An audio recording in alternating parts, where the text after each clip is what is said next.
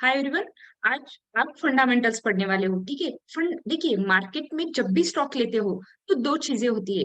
एक होता है टेक्निकल एनालिसिस, एक होता है फंडामेंटल एनालिसिस। ओके, हमें दोनों चीजें पता होनी चाहिए। आज तक आप जो पढ़े हो ना, इट्स प्योरली टेक्निकल। ओके, आप आज तक आप कैंडल्स, आपके पैटर्न्स, ये जो सारी चीजें आती है ना, ये सारी टेक्निकल्स पे आती है। ओके, ये सारी चीजें टेक्निकल्स पे आती है। हम लोग देखने वाले हैं कि टेक्निकल प्लस फंडामेंटल दोनों पे कैसे काम करना होता है जब लॉन्ग टर्म की बाइंग करनी होती है ना। श्रीधर सर, वर्मा सर, वहां पे नहीं, सामने। ठीक है, सामने वर्मा सर ऐसे देख रहे हैं। ठीक है, सामने देखो। ठीक है, फंडामेंटल्स भी बहुत जरूरी होता है कि फंडामेंटल के बेसिस पे आपको स्टॉक सिलेक्शन करना चाहिए। जब भी लॉन्ग टर्म की बाइंग होती है तो आपको पता होना चाहिए कि आप जिस कंपनी में बाइंग कर रहे हो वो कंपनी कहाँ पे काम कर रही है। ओके, पहले तो उसका बेसिक मॉडल पता होना चाहिए। क्या होना चाहिए? कंपनी का बेसिक मॉडल क्या होता है। फर्स्ट पॉइंट लिखिए, कंपनी का बेसिक बिजनेस मॉडल हमें पता होना चाहिए। अब ये बेसिक बिजनेस मॉडल क्या होता है? देखिए, हर एक कंपनी का एक बेसिक बिजनेस मॉडल मतलब एक जगह पे काम करने का एक क्राइटेरिया होता है। फॉर एग्जांपल, कुछ कंपनीज पेट्रोलियम में काम करती है, कुछ कंपनीज हमारी आईटीज में काम करती है। तो हमें पता होना चाहिए कंपनी का बेसिक बिजनेस मॉडल जिसपे ग्रोथ डिपेंड होती है। जिसपे क्या होता है? कंपनीज की ग्रोथ डिपेंड होती है। देखिए, ये कैसे डिपेंड होती है, मैं आपको एक एग्जाम्पल देती हूँ। अगर हम लोगों ने, भारद्वाज सर, अगर हम लोगों ने, समझ लीजिए, कोई ऐसी कंपनी ले ली जो प्लास्टिक प्रोडक्ट्स बनाती है, उसका कोई फ्यूचर में ग्रोथ है? यस, प्लास्टिक प्रोडक्ट्स बनाती है। गवर्नमेंट तो डेली प्लास्टिक प्रोडक्ट से बैन लाता है, राइट। तो ऐसी कंपनीज को लेके हम लोग क्या करेंगे? हमारी कंपनीज में ग्रोथ होनी चाहिए। वही अगर आपने कोई आईटी ले लिया, ओके, कोई पेट्रोलियम से रिलेटेड कंपनी ले ली, या फिर हमारे इंडिया का एफएमसीजी, याद रखिए इंडिया का एफएमसीजी काफी स्ट्रांग है। अगर एफएमसीजी से रिलेटेड कोई स्टॉक ले लिया तो उसमें तो ग्रोथ मिली है, right Shridhar sir. Alcoholic smoking products, इसमें ग्रोथ होगी? नहीं होगी, राइट। ऐसी कंपनी जहां पे गवर्नमेंट खुद ही बैन लगाता है, तो ऐसे में आपको ग्रोथ नहीं मिलती है। तो याद रखिए, जब भी काम करना होता है, फर्स्ट तो हमें पता होना चाहिए कंपनी का बेसिक बिजनेस मॉडल क्या है। कि कंपनी का बेसिक बिजनेस मॉडल क्या है, ये हमें देखना चाहिए कि कंपनी कहाँ पे काम कर रही है। देखिए, ये देखते वक्त आपको और एक चीज देखनी होती है, कंपनी का मार्केट कैपिटलाइजेशन। ओके, कंपनी का मार्केट कैपिटलाइजेशन क्या करता है? जब भी मार्केट कैप की बात करते हो, याद रखिए थ्री टाइप्स के मार्केट कैप होते हैं, large cap, small cap and mid cap. कौन से होते हैं? Large cap, small cap and mid cap. को एक क्राइटेरिया बता देती हूँ, एक चीज बता देती हूँ। यश सर, हम लोग किस कंपनीज में काम करते हैं पता है आपको? संजय सर, पीके सिंह सर, सब लोग, हम लोग स्मॉल कैप में काम करते हैं। पता है आपको? More than 90% we are working in the small cap. Okay, क्यों करते हैं? मैं आपको ये भी चीज बता देती हूँ, स्मॉल कैप की कंपनी छोटे प्राइस रेंज में होती है, लार्ज कैप की कंपनीज कभी छोटे प्राइस रेंज में नहीं होती है। तो फर्स्ट तो हमें देखना है, आप काफी सारे लोगों के, आप में से काफी सारे लोगों ने एसआईपीस बनाए होंगे फैमिली के लिए, राइट। काफी सारे लोगों ने बनाए होंगे। देखिए, ये एसआईपीस भी बनाते वक्त, ओके, आपको देखना होता है कंपनी कहाँ पे काम करती है, कंपनी का कैप कौन सा है, दैट इज मिड कैप है, लार्ज कैप है। मनीषा मैम, हम लोग फंडामेंटल्स कवर कर रहे हैं, आपके बैचेस को ये हो चुके हैं। ओके, इस बैच का हम लोग फर्स्ट क्लास ले रहे हैं फंडामेंटल्स का। ओके, अब देखिए, जैसे मैंने कहा, लार्ज कैप कंपनी जो होती है ना, जिनका मार्केट कैपिटलाइजेशन अबाउ 50,000 करोड़ के ऊपर होता है। कितना होता है? अबाउ 50,000 करोड़ के ऊपर होता है सारी लार्ज कैप कंपनीज का हमेशा मार्केट कैप। ये सबसे सेफ कंपनीज होती है मार्केट की। इसलिए बिगनर्स को हमेशा क्या कहा जाता है?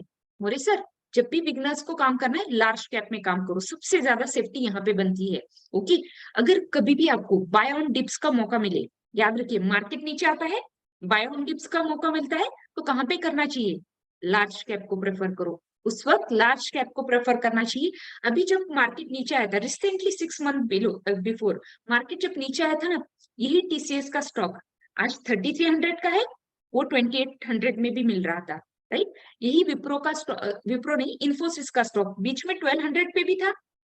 तो याद रखिए, ऐसी कंपनीज बाय ऑन डिप्स लेनी चाहिए, राइट। ऐसी कंपनीज बाय ऑन डिप्स लेनी चाहिए जो आपकी लार्ज कैप कंपनीज मिलती है। ये हमेशा इन्वेस्टमेंट के लिए देखी जाती है। ये कंपनीज कहाँ पे देखी जाती है?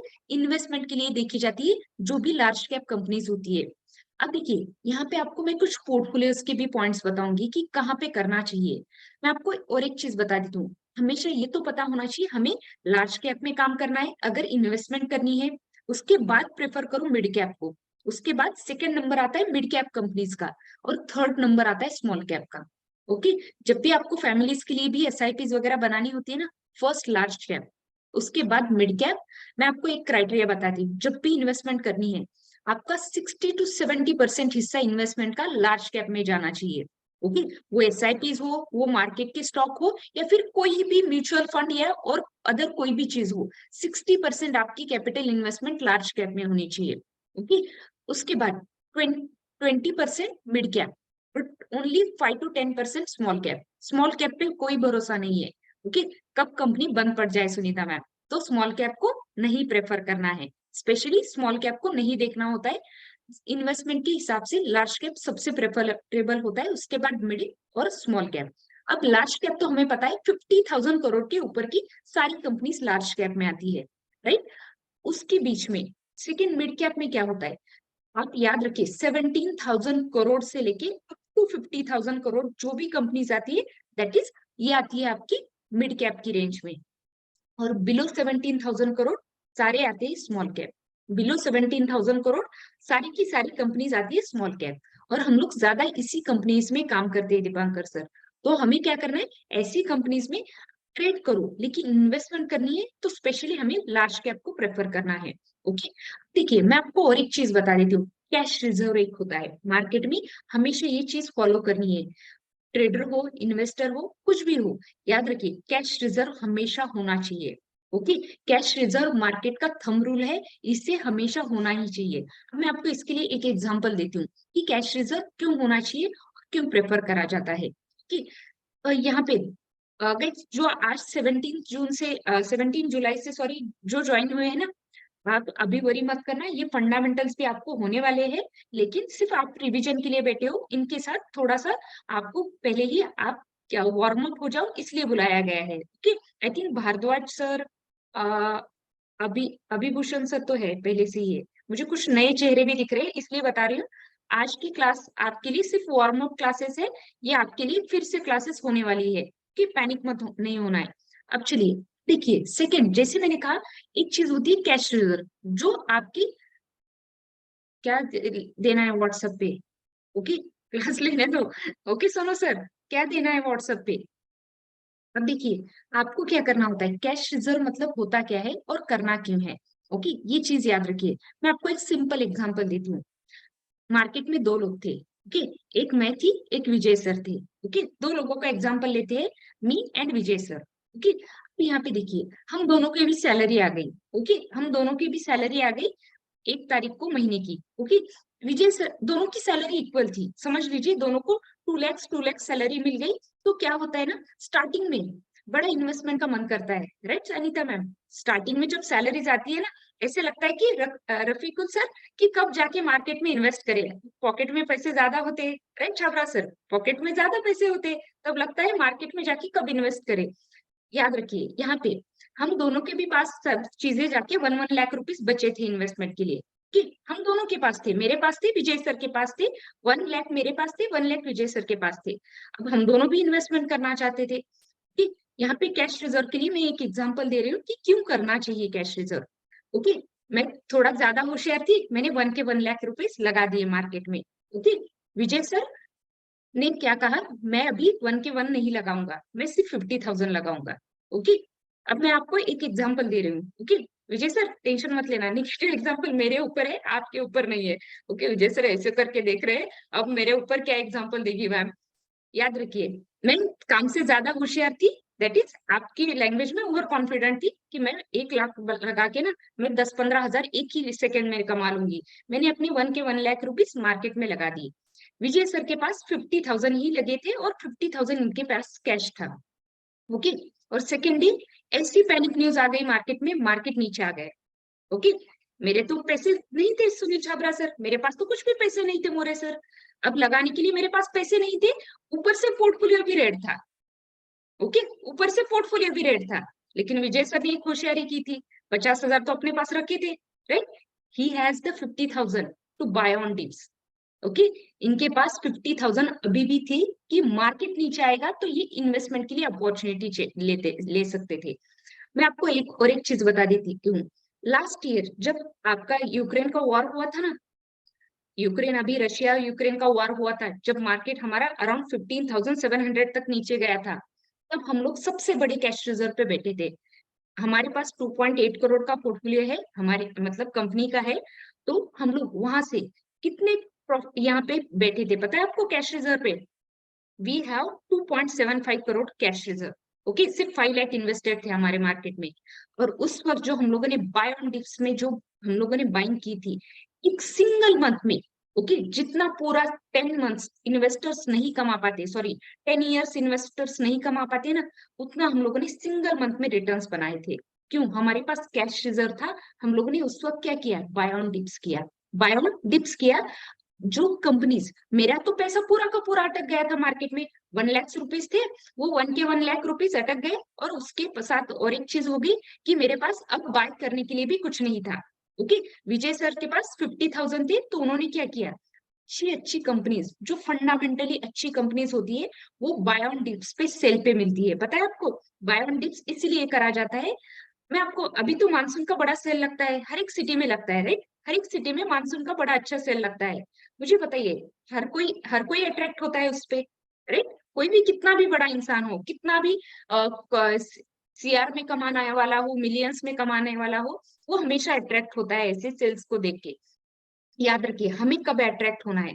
जब ये स्टॉक्स नीचे आते हैं ना, जब स्टॉक्स में सेल लगता है तब हमें बाय करना है। स्टॉक्स में सेल कब लगता है संजय सर? जब मार्केट नीचे आती है, तब हर कोई बाय करना चाहता है। उस वक्त के लिए हमारे पास कैश रिजर्व होना चाहिए।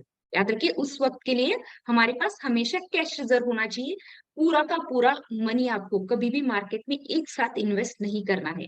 पहले तो इसीलिए कैश रिजर्व हमेशा रखा जाता है। आपको बताए, बड़ी बड़ी इंस्टीट्यूट्स लाइक एलआईसी है, काफी सारी कंपनीज दूसरी कंपनीज के अंदर इन्वेस्टमेंट करती है। ये जब भी इन्वेस्टमेंट करती है ना, जब भी ये अपना बाइंग करती है, याद रखिए, ये जब भी बाइंग करती है, इनके पास हमेशा कैश रिजर्व होता है। ओके, हमेशा इनके पास आपका कैश रिजर्व होता है।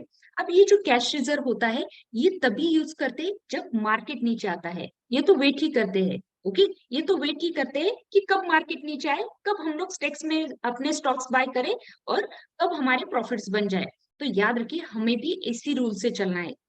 बियर मार्केट के लिए कैश रिजर्व क्या होना चाहिए? लिख लीजिए, बियर मार्केट के लिए कैश रिजर्व हमेशा 50-50% का होना चाहिए। 50% investment, 50% cash reserve. Okay, beer market मतलब नीचे आने वाली मार्केट। ओके, जो मार्केट नीचे आती है, हमेशा नीचे आती है, तो आपको आपकी जो भी कैपिटल है, 10,000 है आपके पास, 5,000 यूज कर लो, 5,000 हमेशा कैश रिजर्व होना चाहिए। ओके, उसके बाद सेकंड नॉर्मल मार्केट है, 60-40, जो इंस्टीट्यूट्स फॉलो करती है। ओके, 60 और 40, 60% investment, 40% cash reserve. Okay, third bull market, bullish market जब भी होती है, ऊपर जाने वाली market, 70% investment, 30% cash reserve. Beer market 50-50%, normal market 60-40। Okay, 60% investment, 40% आपका कैश रिजर्व। और 70-30, that is bull market, 70% investment रहेगी, 30% कैश रिजर्व रहेगा। लेकिन हमेशा कैश रिजर्व के साथ ही चलना है। अब मैं आपको कुछ प्रोबेबिलिटीज बता देती हूँ मार्केट की। याद रखिए, मार्केट हमेशा फर्स्ट और सेकेंड वीक में अच्छा होता है। मंथ की फर्स्ट एंड सेकेंड वीक में बाइंग प्रोबेबिलिटी ज्यादा होती है, वो मार्केट अच्छा होता है। ग्लोबल क्यूज भी काफी अच्छे होते हैं फर्स्ट एंड सेकेंड वीक में। थर्ड वीक में हमेशा ग्लोबल क्यूज निगेटिव जाते हैं। ओके, थर्ड वीक में ग्लोबल क्यूज निगेटिव जाते हैं। Third week is the riskiest week. Okay, risky week होता है थर्ड वीक, तो थर्ड वीक में बिगनर्स को ज्यादा बाइंग नहीं करनी चाहिए। थर्ड वीक हमेशा जो आपका 14 से 21 का वीक होता है ना, हर मंथ की 14 से 21, दैट इज थर्ड वीक होता है, वो रिस्की होता है। फोर्थ वीक नॉर्मल होता है। फोर्थ वीक में कोई इतना पैनिक होने की जरूरत नहीं होती, फोर्थ वीक नॉर्मल होता है। हमेशा याद रखना है, आपको बाइंग किस वीक में करनी है। एक तो फर्स्ट सेकेंड में करो, या लास्ट फोर्थ के एंड में करो, फोर्थ वीक के एंड में करो जब भी बाइंग करनी है। थर्ड वीक में बाइंग ज्यादा अवॉइड करनी है, क्योंकि इस वक्त मार्केट करेक्शन के चांसेस ज्यादा होते हैं। ओके, अब मैं आपको और एक चीज बता देती हूँ, एक इनसाइट बता देती हूँ। का market, okay, as per my analysis यहाँ से जाएगा 19,325, लिख लीजिए। उसके बाद मुझे बता दीजिए ये कहाँ पे जाएगा और कहाँ से आएगा। 19,325 से लेके 335 के बीच में एक स्ट्रॉन्ग रेजिस्टेंस लेगा मार्केट, ओके। उसके बाद ये थोड़ा सा करेक्ट होगा, जो बीच में गैप बने हैं ना संजय सर, जो आपके गैप गैप अप होके गैप बने हैं, ये सारा मार्केट पूरा फिल करेगा, ओके। ये पूरे फिल करके एक बार रिटेस्ट करेगा मार्केट, और उसके बाद मार्केट जाएगा 19,800। ये इनसाइड्स है मार्केट के, ओके। ये इनसाइड्स है, ये मैं आपको बाद में बता देती हूँ कैसे निकले हैं, ओके। अभी के लिए हमारा फर्स्ट प्रिंसिपल था हमारे पास कैश रिजर्व होना चाहिए, ओके। अब देखिए जब भी बाइंग भी बनाते हो ना, आपको एक थंब रूल याद रखना है। बाइंग का एक थंब रूल होता है 5% से ज्यादा आपको एक स्टॉक में कभी भी कैपिटल नहीं लगानी है, ओके। एक स्टॉक में 5% से आपकी कैपिटल का 5% होना चाहिए। कितना होना चाहिए? आपकी कैपिटल का 5%, कोई भी कैपिटल हो उसमें से 5% से ज्यादा सिंगल स्टॉक में नहीं लगाना है, और 15% से ज्यादा सिंगल सेक्टर में नहीं लगाना है। 15% से ज्यादा आपकी कैपिटल का सिंगल सेक्टर में नहीं लगना चाहिए। अब मैं इसका भी रीजन देती हूँ, जैसे मैंने अभी कैश रिजर्व का एग्जांपल दिया था ना। फॉर एग्जांपल कोई सेक्टर ऊपर जा रहा है, फॉर एग्जांपल अभी आईटी सेक्टर मोमेंटम में है, एक दो दिन और ऊपर जाएगा आईटी सेक्टर। आईटी सेक्टर अगर मोमेंटम में है, ऐसे नहीं कि आपके पास 5 लाख है 5 के 5 लगा दिए आईटी सेक्टर में, ऐसे नहीं करना है, ओके। ऐसे कभी भी नहीं करना है। अगर सेक्टर नीचे आ गया तो मनीष सर कैपिटल तो स्टॉक हो ही जाएगा, उसके बाद हमारे पास बाइंग के लिए भी नहीं बचेगा। इसलिए हमेशा याद रखना है, अगर आपके पास 100% कैपिटल है, कोई भी कैपिटल हो, 100% कैपिटल है, 3% के हिसाब से कितने सेक्टर बाय कर सकोगे? काउंट कर लो, 15, 6, राइट। 6 सेक्टर बाय कर सकोगे। अगर एक याद रखिए, मार्केट में सेक्टर हमेशा रोटेशन के बेस पे चलते हैं। एक सेक्टर ऊपर जाएगा, एक सेक्टर नीचे आएगा, ये रोटेशनल होता है। सारे सेक्टर एक साथ कभी भी नीचे नहीं आते हैं मार्केट में। तो इसमें हमें हमेशा याद रखना है, इसमें हमें कभी भी ये नहीं करना है कि ये हमेशा रोटेशनल चलते हैं। एक सेक्टर नीचे आएगा तो हमारा एक सेक्टर पोर्टफोलियो को हमारी हेल्प करेगा वो ग्रीन रखने में। तो हमेशा याद रखना है, हमेशा को एक स्टॉक में 5% से ज्यादा नहीं लगाना है, ना ही एक सेक्टर में आपकी कैपिटल का 15% से ज्यादा होना चाहिए, ठीक। इतना क्लियर है? मुझे चार्ट में बता दीजिए, इतना क्लियर है सबको? इसमें किसी को प्रॉब्लम है?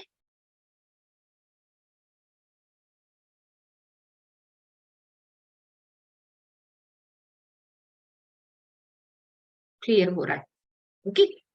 क्योंकि मैं भी ऐसे ही आके बैठी हूँ क्लास में, ठीक है। मैं भी ऐसे ही आके बैठी हूँ विदाउट प्रिपरेशन, मुझे भी कुछ नहीं पता था, ओके। तो ऐसे नहीं होना चाहिए कि क्लियर नहीं हुआ। यशी सर वो बताऊंगी मैं, ओके।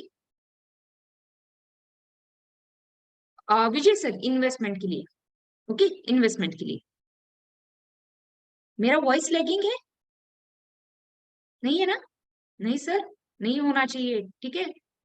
सुबह ही डाटा है मैंने नेटवर्क ऑपरेटर को, सुबह ही डाटा है। बारिश की वजह से बार बार नेटवर्क जा रहा है, तो उसे सुबह ही डाटा है, ठीक है। अब नहीं होगा लैग। उसे सुबह ही बोला है 5G निकाल के फेंक दूंगी तेरा, अगर ऐसे नहीं हुआ तो, ठीक है। ऐसे नहीं होगा, ठीक है। चलो, दूसरा नेटवर्क भी है हमारे पास, 3 नेटवर्क से एक जाएगा तो दूसरा लग जाएगा, ओके। पैनिक नहीं होना है। चलो, week of buying, first and second week होता है, ठीक है। फर्स्ट और सेकेंड वीक में हमेशा बाइंग आती है मार्केट में। चलो अभी यहाँ से स्टार्ट करते हैं। अब देखिए आपको जो मैंने मार्केट कैप के अकॉर्डिंग बताया था वो कर ले, प्रैक्टिकली देख ले। मार्केट कैप के अकॉर्डिंग कैसे देखा जाता है। यहाँ से चलते हैं मेरा, ओके, यहाँ से, ओके, यहाँ पे चलते हैं। देखिए आपको यहाँ पे फर्स्ट तो एक चीज करनी है, टिकर टेप की वेबसाइट पे जाना है, ओके। टिकर टेप की वेबसाइट पे जाना है।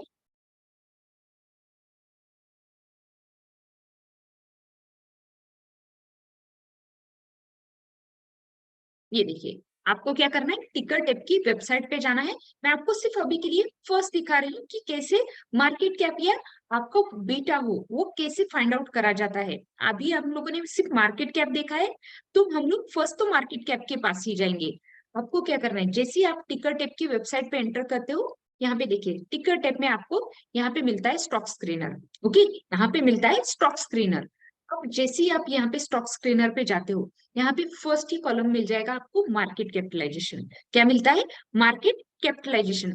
अब ये जो मार्केट कैप होता है ना, याद रखना है, ये जो मार्केट कैप होता है ना, यहाँ पे आपको क्या देखना है, ये देखिए जैसे मैंने आपको यहाँ पे दिया था लार्ज कैप, ये देखिए 57,000 करोड़ के ऊपर की सारी कंपनीज लार्ज कैप में आती है। मार्केट में ऐसी कितनी कंपनी है रफीकुल सर, सिर्फ 100 कंपनीज है मार्केट में। ओके, जिनका मार्केट कैप कितना है, लार्ज कैप में आता है। क्या हम लोग सारी छोटी कंपनीज में काम करते हैं? ये देखिए स्मॉल कैप में कितनी आती है, मोर देन 4,000 आती है। स्मॉल कैप में कितनी आती है, मोर देन 4,000 कंपनीज आती है। तो याद रखिए, जब भी बड़ी एसआईपीस बनानी है या फिर कुछ भी करना है, फर्स्ट लार्ज कैप को प्रेफर करना है। बड़ी इन्वेस्टमेंट करनी है, विदाउट लार्ज कैप नहीं करनी है, या फिर ज्यादा से ज्यादा मिड कैप चलेगा, हमें दूसरी जगह पे नहीं करना है। कि फर्स्ट ये देखिए 57,000 करोड़ की, नॉर्मली ये 50,000 का रेंज होता है, ऊपर नीचे करता रहता है हमारा एनईसी। तो अभी के लिए 50,000 ही रख लीजिए। 50,000 करोड़ के ऊपर की सारी कंपनीज आती है आपकी लार्ज कैप में। मिड कैप का रेंज क्या है आपका, ये 17,000 से है। ये शायद कल परसों ये रिवाइज हुआ है, मंथली रिवाइज होता है ये। अभी के लिए 17,000 ही ले लीजिए। 17,000 करोड़ से 50,000 करोड़ तक सारे मिड कैप आते हैं। ओके, मिड कैप में कितनी कंपनीज है, 151 कंपनीज है। मिड कैप में कितनी कंपनीज है, 151 कंपनीज है हमारे मिड कैप में। ओके, उसके बाद स्मॉल कैप, स्मॉल कैप में कितनी कंपनीज है आपके, स्मॉल कैप में आती है, यहाँ से देखिए स्मॉल कैप में आती है 41,089 कंपनीज।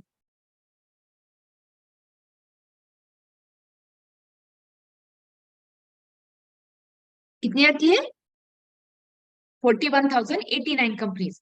अब देखिए, आप ट्रेड करते वक्त आपको फर्स्ट तो करना है आपका stock universe prepare. Okay, trade करते वक्त फर्स्ट तो याद रखिए आपको स्टॉक यूनिवर्स के बाहर नहीं जाना है, स्पेशली बिगनर हो। ओके, याद रखना है स्टॉक यूनिवर्स के बाहर नहीं जाना है। मैं आपको बताऊंगी कि कैसे प्रिपेयर करा जाता है स्टॉक यूनिवर्स। मार्केट के सबसे अच्छे स्टॉक्स निकालने हैं और उसी में ट्रेड करना है। इंट्राडे करो, स्विंग करो, स्टॉक ले लो, स्टॉक ऑप्शन ले लो, स्टॉक फ्यूचर ले लो, कुछ भी कर लो, अपने यूनिवर्स से बाहर नहीं जाना है। हम लोग भी अपने यूनिवर्स के बाहर कभी भी नहीं जाते हैं। नहीं, कभी कभी देखा होगा हम लोग बार बार स्टॉक रिपीट करते जाते हैं। क्यों रिपीट करते हैं, हर एक का स्टॉक यूनिवर्स होता है, और आपको भी आपके स्टॉक यूनिवर्स के बाहर नहीं जाना है जब भी ट्रेड करोगे। क्योंकि वहां पे क्या होता है, याद रखिए, जब आप अपने स्टॉक यूनिवर्स पे ट्रेड करते हो ना, वहां पे आपको एक लेवल्स पता हो जाते हैं।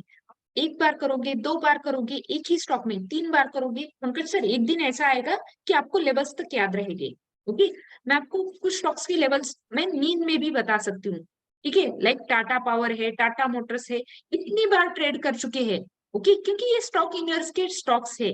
आपका ग्लेनमार्क फार्मा, उसके बाद काफी ऐसे स्टॉक्स है जो बार बार ट्रेडिंग में आते हैं। याद रखिए, आपको भी आपकी स्टॉक यूनिवर्स में ही ट्रेड करना है। वो आपको कैसे बनाना है मैं सिखाऊंगी। ओके, लेकिन उससे बाहर नहीं जाना है। अब जैसे हम लोगों ने देखा मिड कैप, लार्ज कैप और स्मॉल कैप, इतनी चीजें तो क्लियर है। तो यहाँ पे देखिए एक सेकेंड होता है बीटा। स्टॉक के अलग अलग टाइप्स होते हैं, बीटा के अकॉर्डिंग स्टॉक के अलग अलग टाइप्स होते हैं। बीटा होता क्या है, बीटा मतलब आपके स्टॉक की वोलेटिलिटी होती है। ओके, बीटा मतलब स्टॉक की वोलेटिलिटी होती है। हमेशा हाई बीटा वाले स्टॉक को हमेशा आपको ट्रेड करना है। किसके लिए हाई बीटा ट्रेड करा जाता है, आपका इंट्राडे के लिए। हाई बीटा मतलब हाईली मोमेंटम वाले स्टॉक। हाई बीटा मतलब क्या होता है, हाईली मोमेंटम वाले स्टॉक। इसमें पोर्टफोलियो नहीं बनता है, ये सिर्फ और सिर्फ इंट्राडे के लिए ट्रेड करे जाते हैं। ओके, पोर्टफोलियो बनाना है तो कितने परसेंट लगाना है वो मैं बताऊंगी। Okay, low beta, low beta में हमेशा आपके सारे स्टॉक्स पोर्टफोलियो के लिए बनते हैं, स्विंग ट्रेड के लिए बनते हैं लो बीटा वाले स्टॉक्स। अब इसमें भी अलग अलग टाइप्स होते हैं। बीटा के अकॉर्डिंग 3 टाइप्स होते हैं स्टॉक्स के। बीटा के अकॉर्डिंग कितने टाइप्स है, 3 टाइप्स है स्टॉक के। फर्स्ट लिख लीजिए एग्रेसिव स्टॉक्स। फर्स्ट होते हैं एग्रेसिव स्टॉक्स, सेकंड होते हैं आपके नॉर्मल स्टॉक, नॉर्मल स्टॉक, और थर्ड होते हैं आपकी डिफेंसिव स्टॉक। थर्ड कौन से है? Defensive stock. अब देखिए एग्रेसिव स्टॉक्स क्या होते हैं और उसे कैसे देखना होता है। ओके, मैं आपको हमेशा एक एग्जांपल देती हूँ। एग्रेसिव, एग्रेसिव नेम में ही इसका एग्जांपल है। ओके, याद रखिए एक दिन अगर ये मोमेंटम आती है ना इन स्टॉक में, 200-300 पॉइंट्स की रैली एक ही दिन में दे जाती है। ओके, अगर नीचे आता है तो 200-300 पॉइंट्स की रैली एक साथ नीचे की दे जाता है। ओके, तो ऐसे स्टॉक्स को याद रखिए पोर्टफोलियो के लिए बहुत कम परसेंटेज में लिया जाता है। लेकिन ये स्टॉक जो होते हैं ना, इंट्राडे का वेल्थ क्रिएटर स्टॉक्स होते हैं। एग्रेसिव स्टॉक्स कौन से होते हैं? इंट्राडे के वेल्थ क्रिएटर स्टॉक्स माने जाते हैं। मोमेंटम ज्यादा है, ओके, लेकिन इंट्राडे के लिए सबसे अच्छा होता है वोलेटिलिटी और मोमेंटम ज्यादा होना स्टॉक में। जी, अब देखिए मैं आपको इसके लिए एक एग्जांपल हमेशा देती हूँ स्टूडेंट्स को, आपको भी, काफी लोगों को, पुराने स्टूडेंट्स को भी तो पता है। एक एम्प्लॉय होता है, ओके, आप बिजनेस करते हो या एम्प्लॉयड हो, आपके आपको मैं एक एग्जांपल देती हूँ। ओके, चटर्जी सर एक एम्प्लॉय होता है, ओके, बॉस अगर उसे डांटता है, ओके, तो वो दो चीजें करता है, राइट? दो चीजें करता है पंकज सर, एक तो पूरा काम निपटा के जाएगा, या फिर एक बोलेगा कि मुझे आज डांटा है, मैं कुछ भी काम नहीं करूंगा, छुट्टी लेके चला जाऊंगा। ओके, होता है ऐसे? सिंह सर स्माइल कर रहे हैं। ओके, होता है नॉर्मली, यहाँ पे ऐसे ही होता है कि हमारा नेचर होता है, एक तो बॉस ने डांटा तो एक साथ पूरा काम करके जाओ, या फिर कुछ भी काम ना करो, राइट रफीकुल सर? ऐसे होता है हमेशा, हर एक ऑर्गेनाइजेशन में होता है, इसमें कोई नई चीज नहीं है। ऐसे ही आपके एग्रेसिव स्टॉक्स होते हैं। इनका मूड आया 200 पॉइंट्स ऊपर की रैली दिखाएंगे, इनका मूड नहीं आया तो 200 पॉइंट्स नीचे जाके बैठ जाएंगे। ओके, तो ये कैसे होते हैं? मुझे बॉस ने डांटा है विजय गुप्ता सर, मैं पूरा काम ये करके जाऊंगा, 200 पॉइंट उस दिन ऊपर जाएंगे। ओके, आज मूड नहीं है काम का, छुट्टी लेके चला जाता हूँ, बॉस ने डांटा है, 200 पॉइंट नीचे जाके बैठ जाएंगे। इसे कहा जाता है एग्रेसिव स्टॉक। अभी याद रहेगा? ओके, एग्रेसिव स्टॉक मतलब गुस्सा आने वाला एम्प्लॉय है चंद्रामणि सर। ओके, जिसे ज्यादा गुस्सा आता है। ओके, ऐसे ही स्टॉक्स होते हैं। इसके एग्जांपल्स लिखिए, बजाज फाइनेंस, नौकरी, इन्फो एज वाला स्टॉक है। ओके, बजाज फाइनेंस, नौकरी, इन्फो एज वाला स्टॉक, ये कौन से स्टॉक्स है? ये सारे एग्रेसिव स्टॉक्स है। बजाज फिंसर, ये भी एग्रेसिव स्टॉक्स है। सेकेंड होते हैं नॉर्मल स्टॉक, इन्हें कोई फर्क नहीं पड़ता है। ओके, इन्हें कोई फर्क नहीं पड़ता है, जो नॉर्मल स्टॉक होते हैं। अब यहाँ पे और एक चीज लिखिए, एग्रेसिव स्टॉक में आपके एग्रेसिव स्टॉक का बीटा होता है 1.5 से लेके 3 के ऊपर। ओके, 1.5 से लेके 3 एंड 3 के ऊपर सारे एग्रेसिव स्टॉक्स होते हैं जिनका बीटा ये होता है। ओके, 1.5 से लेके 3 एंड अबाउ 3। जैसे मैंने कहा इंट्राडे की वोलेटिलिटी ज्यादा दिखाते हैं। ओके, इनका नेचर होता है एग्रेशन दिखाना। तो यहाँ पे और एक चीज याद रखिए, आपका यहाँ पे जब भी एग्रेसिव स्टॉक्स लेते हो तो ये आपके अच्छे स्टॉक है, ऐसे नहीं कि बुरे स्टॉक है। ओके, लेकिन मोमेंटम ज्यादा देते हैं, पोर्टफोलियो के लिए कम परसेंटेज में लेना होता है, क्योंकि अगर इनका मूड आ गया ना नीचे जाके बैठने का, पोर्टफोलियो पूरा का पूरा रेट दिखेगा। तो इनको हमें कम परसेंटेज में लेना होता है। कितने परसेंटेज में लेंगे? आपकी अमाउंट का, कि आपकी पूरी अमाउंट जितनी भी है, 10 लाख का पोर्टफोलियो बनाना है, 1 लाख का पोर्टफोलियो बनाना है, उसका 15 से लेके 20% ही बाइंग करोगे। इसमें कितनी बाइंग करोगे? 15 से लेके 20% की ही बाइंग करोगे, इससे ज्यादा बाइंग बड़ी नहीं बनती है।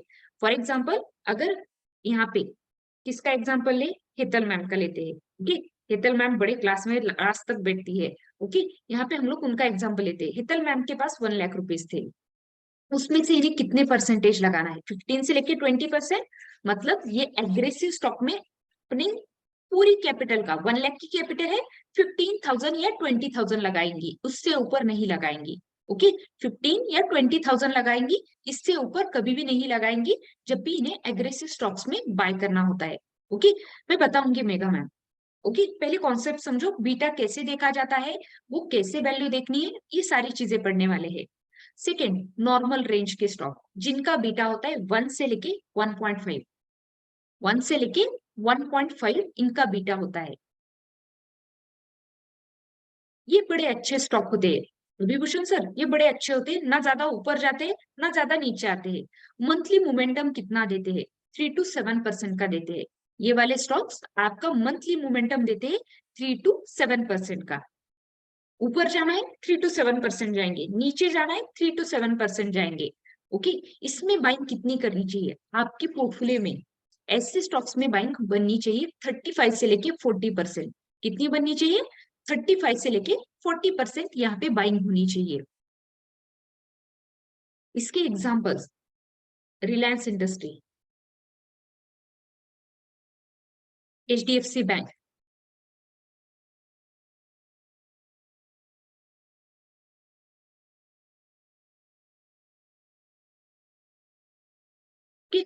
Reliance industry, HDFC bank, state bank of India. अब मुझे भी सोचना पड़ रहा है जल्दी जल्दी याद नहीं आ रहे एग्जांपल्स। ठीक है, उसके बाद इनमें बाइंग 35 से लेके 40% होनी चाहिए, इतना क्लियर है? ये मोमेंटम 3 to 7% का अपसाइड डाउनसाइड दोनों दे सकते हैं। ओके, अब यहाँ पे थर्ड वाले स्टॉक होते हैं डिफेंसिव स्टॉक। थर्ड वाले स्टॉक होते हैं डिफेंसिव स्टॉक। अगर किसी को भी डर लगता है ना बाइंग करने से, मार्केट में लगता है ना अगर स्टॉक ऊपर जा सकता है नीचे जा सकता है मेरी कैपिटल चली जाएगी, ऐसे लगता है ना संजय सर, तो डिफेंसिव स्टॉक को चूज करो। ट्रेड करना है इसमें ट्रेड करो। याद है आपको, मैं आपको हमेशा जब भी हमारा मार्केट नीचे आता है ना, मैं आपको डिफेंसिव स्टॉक देती हूँ जो ज्यादा हिलते नहीं है। आपने देखा होगा BEL क्या है? डिफेंसिव स्टॉक है। ओके, उस दिन पूरा दिन बैठा रहा है संजय सर BEL, लेकिन बाद में लास्ट में ऊपर की रैली दिखाई। ITC वाला स्टॉक क्या है? डिफेंसिव स्टॉक है। ऐसे स्टॉक को जब मार्केट नीचे आता है ना, हमेशा ऐसे स्टॉक को लेना है। आपकी कैपिटल का लॉस कभी नहीं होगा ऐसे स्टॉक में। ओके, जिन्हें कहा जाता है डिफेंसिव स्टॉक, जिनका बीटा होता है 0 से 1। इनका बीटा क्या होता है? 0 से 1। हम लोग हमेशा बोलते हैं बजाज फाइनेंस जिस दिन दिया था मैंने बोला था बिगनर्स मत लेना, राइट? बिगनर्स मत लेना। दालमिया भारत बिगनर्स मत लेना, क्यों मत लेना? ये एग्रेसिव स्टॉक है, एक ही दिन में बड़ी बड़ी मोमेंटम दे सकते हैं। ओके,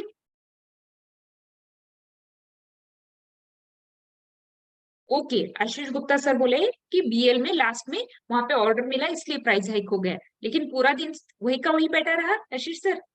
ओके, तो उसके बाद न्यूज आने के बाद कुछ भी हो सकता है, अच्छे अच्छे स्टॉक ऊपर नीचे कर सकते हैं न्यूज आने के बाद, तो वो तो अलग चीज है। ठीक है, जैसे मैंने कहा डिफेंसिव स्टॉक, आपको बिगनर हो डर लगता है डिफेंसिव स्टॉक में काम करो, एग्रेसिव को देखना नहीं है आपको। ठीक, पोर्टफोलियो बनाते वक्त कितना परसेंटेज की बाइंग बनती है? फर्स्ट कितना कर रहे थे? एग्रेसिव स्टॉक में 15 to 20% डाल रहे थे अपनी कैपिटल का। डिफेंसिव नॉर्मल में कितना डाल रहे थे? 35 से लेके 40%। बची हुई सारी कैपिटल डिफेंसिव में लगा दो। ओके, बची हुई आपकी सारी की सारी कैपिटल डिफेंसिव स्टॉक में लगा दो। आपने अभी कुछ दिन पहले जो नए 6-7 मंथ से अगर ट्रेडर बने हो ना, जो फ्रेशर है उन्हें तो पता नहीं, लेकिन लास्ट 6-7 मंथ में आपने देखा होगा मार्केट नीचे आता है ऊपर जाता है कुछ भी करता है। ITC कभी गिरता है? नहीं गिरता है ना, क्यों? डिफेंसिव स्टॉक है, अपनी चाल पे चलने वाला स्टॉक है। LNT कभी गिरता है? LNT लार्सन एंड टूब्रो नहीं ना, हर रोज ऊपर की रैली दिखाता है। इनका मन हुआ तो अच्छी ग्रीन मार्केट में भी गिरेंगे, क्यों? डिफेंसिव स्टॉक है, इस पे कोई इम्पैक्ट नहीं होता है। इस पे मार्केट ऊपर जाएगा, इन स्टॉक पे इम्पैक्ट नहीं होता है। हमेशा हाई ग्रोथ वाली कंपनी से। ओके, तो ऐसी कंपनीज को हमेशा चूज करा जाता है जब भी मार्केट में काम करते हो। अभी हम लोग ने 3 टाइप्स देखे स्टॉक्स के, एग्रेसिव, नॉर्मल और डिफेंसिव, जिसके बीटा एग्रेसिव का है 1.5 से लेके 3 एंड 3 के अबव, नॉर्मल स्टॉक का 1 से लेके 1.5 और डिफेंसिव स्टॉक का 0 से लेके 1। ओके, अब ये देखना कैसे है, सबसे बड़ा पॉइंट ये देखना कैसे है। ओके, चलिए हम लोग इसे देखने का भी देखते हैं कि कैसे देखा जाता है। ओके, अभी हम लोग टिकर टेप पे गए थे। चलो ये आज डैशबोर्ड पे काफी कचरा है, बाकी कचरा मत देखना, यहीं पे देखना है। ठीक है, चलो यहाँ पे देखिए, जैसे मैंने कहा टिकर टेप पे फर्स्ट जाना है, टिकर टेप से स्टॉक स्क्रीनर पे जाना है। ओके, अभी हमें यहाँ पे लगाना है बीटा वाला फिल्टर। ओके, हमें क्या लगाना है? बीटा वाला फिल्टर। यहाँ से जाएंगे बीटा में, ठीक, यहाँ से जाएंगे हम लोग बीटा वाले फिल्टर में। यहाँ से जैसे ही हम लोग बीटा वाले फिल्टर में जाते हैं, यहाँ पे देखिए आपको ये बीटा वाला फिल्टर आ गया। एड फिल्टर्स में जाइए, यहाँ पे लिखना है बीटा सर्च बार में। जैसे ही यहाँ पे आता है क्लिक कीजिए यहाँ पे, और क्लिक करने के बाद डन करना है। ओके, तो यहाँ पे देखिए जैसे हम लोगों ने फर्स्ट देखा था, हम लोगों ने फर्स्ट क्या देखा, एग्रेसिव स्टॉक्स। ओके, जिसका बीटा कितना होता है, एग्रेसिव स्टॉक का बीटा होता है आपका 1.5 से लेके 3 एंड 3 के अबव, कि 1.5 से लेके 3 एंड 3 के अबव। ये देखिए आपको सिंपल यहाँ पे बीटा लगाना है, एग्रेसिव स्टॉक। ये देखिए सारे एग्जांपल्स आ गए जिनका बीटा ज्यादा है। ओके वर्मा सर, ये देखिए बजाज फाइनेंस कितना बीटा है, 1.98 बीटा है। एक्सिस बैंक हाईली बीटा है। ये देखिए अदानी के सारे स्टॉक्स यहाँ पे आते हैं। अदानी के सारे स्टॉक्स यहाँ पे आते हैं, इसलिए तो ये एक दिन ऊपर की रैली, एक दिन नीचे की रैली दिखाते हैं, हाईली बीटा वाले स्टॉक से। मेटल, क्यों आपको मैं हमेशा बोलती हूँ बिगनर हो मेटल और एनर्जी सेक्टर में मत काम करना। मेटल सारे हाईली बीटा वाले स्टॉक है। ओके, मेटल सेक्टर में सारे के सारे स्टॉक आपके हाई बीटा वाले आते हैं। तो हमेशा याद रखना है यहाँ पे आपको काम नहीं करना है एनर्जी और मेटल सेक्टर में। ओके, यहाँ पे देखिए Adani transmission, Adani total gas, ये सारी क्या है, हाईली बीटा वाले स्टॉक है। ये देखिए सीजी पावर कितना बीटा है, 2.6%। 2.6 मतलब ये काफी बड़ा बीटा है। ओके, तो याद रखिए ये स्टॉक्स इंट्राडे की मोमेंटम काफी अच्छे देते हैं, जो हाईली बीटा वाले होते हैं। इन्हें इंट्राडे के लिए ज्यादा प्रेफर करा जाता है। जब भी इन्वेस्टमेंट करनी है, स्विंग ट्रेड करना है, तो कम परसेंटेज में बाइंग करनी है। ओके, यहाँ पे सेकेंड थिंग, यहाँ पे देखिए, यहाँ पे सेकेंड थिंग नॉर्मल स्टॉक, जिनका बीटा क्या होता है 1 से लेके 1.5, जिनका बीटा होता है 1 से लेके 1.5। ये देखिए 1 से लेके 1.5, ये है आपके सेकेंड, दैट इज नॉर्मल वाले स्टॉक्स। कौन से आते हैं, Reliance industry, HDFC bank, ICICI bank. आपका सेकेंड एचडीएफसी अलग वाला, ये तो मर्जर हो रहे हैं कल, ठीक है, एचडीएफसी बैंक एचडीएफसी मर्जर हो रहे हैं, तो ये अब एक ही होगा। State bank, Larsen and Toubro, उसके बाद मारुति सुजुकी, आपका मारुति वाला स्टॉक, टाइटन, ये क्या है, नॉर्मल रेंज के बीटा वाले स्टॉक है। हमेशा बिगनर हो, डर लग रहा है मार्केट में, तो फर्स्ट तो डिफेंसिव स्टॉक को जाओ, उसके बाद शिफ्ट हो जाना नॉर्मल स्टॉक पे। अब डिफेंसिव स्टॉक मतलब है क्या, चलिए यहाँ से डिफेंसिव स्टॉक निकालते। कौन सा बीटा है, 0 से लेके 1, कौन से बीटा वाले स्टॉक है ये, 0 से लेके 1 वाले। यहाँ पे देखिए सबसे बड़ा स्टॉक कौन सा आता है, इसलिए तो इन्वेस्टर्स, बड़े बड़े इन्वेस्टर एडवाइस देते हैं आपको, टीसीएस आईटी का सबसे बड़ा हाईली कैपिटलाइज्ड स्टॉक है ये। मार्केट कैप, ये देखिए इसका मार्केट कैप कितना है, कितना मार्केट कैप है, इतना मार्केट कैप पूरे। मैं आपको एक चीज बता देती हूँ, मैंने 2 दिन पहले एक चीज देखी थी। ओके, मनीषा मैम, वो इम्पैक्ट हर जगह अलग अलग तरह से करता है। अगर उनका मर्जर के बाद कुछ अलग पॉइंट हुआ ना, तो हम लोग वो बाद में डिस्कस करेंगे, अभी लोग सारे डाइवर्ट हो जाएंगे, मैं आपको बता देती हूँ, ठीक है। अब देखिए टीसीएस मार्केट का सबसे हाईली आईटी सेक्टर का कैपिटलाइज स्टॉक है, उसमें से इसका बीटा क्या है, 0.52, सबसे अच्छा बीटा है। ओके, 0.52। जब भी 0 से लेके 1 वाले बीटा वाले स्टॉक होते हैं, याद रखिए ये सबसे सेफ स्टॉक होते हैं, इनमें वोलेटिलिटी कम होती है। एचयूएल, आईटीसी, इंफोसिस, हाईली आपकी ये स्लो बीटा वाले स्टॉक है, ये ज्यादा मोमेंटम नहीं दिखाते, और पोर्टफोलियो के लिए हमेशा इन्हीं स्टॉक को सबसे ज्यादा प्रेफर किया जाता है। जब भी पोर्टफोलियो बनाना है, ऐसे स्टॉक को चूज करो, और वो कब करना है, बाय ऑन डिप्स में। जब मार्केट गिरेगी, आपके पास कैश रिजर्व होता है, तब पोर्टफोलियो के लिए बाय करना है, तब तक नहीं करना है। कि तभी पोर्टफोलियो के लिए बाय करना है, तब तक नहीं करना है। अभी तक हम लोगों ने 2 पॉइंट्स देखे, राइट। हमें हमेशा लार्ज कैप को प्रेफर करना है, अगर लार्ज कैप को नहीं कर सकते, ओके, याद रखिए स्मॉल कैप को भी प्रेफर कर रहे हो, तो मिनिमम 1000 करोड़ के ऊपर की कंपनीज लेनी है। ओके, याद रखिए अगर आपको लार्ज कैप के स्टॉक बड़े ये लग रहे हैं, तो आपका मिनिमम कंपनी कितना होना चाहिए, अबव 1000 करोड़ के ऊपर कंपनी होनी चाहिए। ओके, अबव 1000 करोड़ के ऊपर की कंपनीज में ही आपको काम करना है, बिलो की कंपनीज में काम नहीं करना है। ये देखिए, अबव 1000 करोड़, 0 से 1 बीटा, कितने स्टॉक्स है हमारे पास? अभी के लिए 326 है। ओके, 327 स्टॉक्स है, और इनमें भी मैं आपको बताऊंगी कि स्टॉक यूनिट्स कैसे बना जाता है। इतना क्लियर है बीटा वाला पॉइंट? इसमें किसी को प्रॉब्लम है? क्विकली बता दीजिए चार्ट में।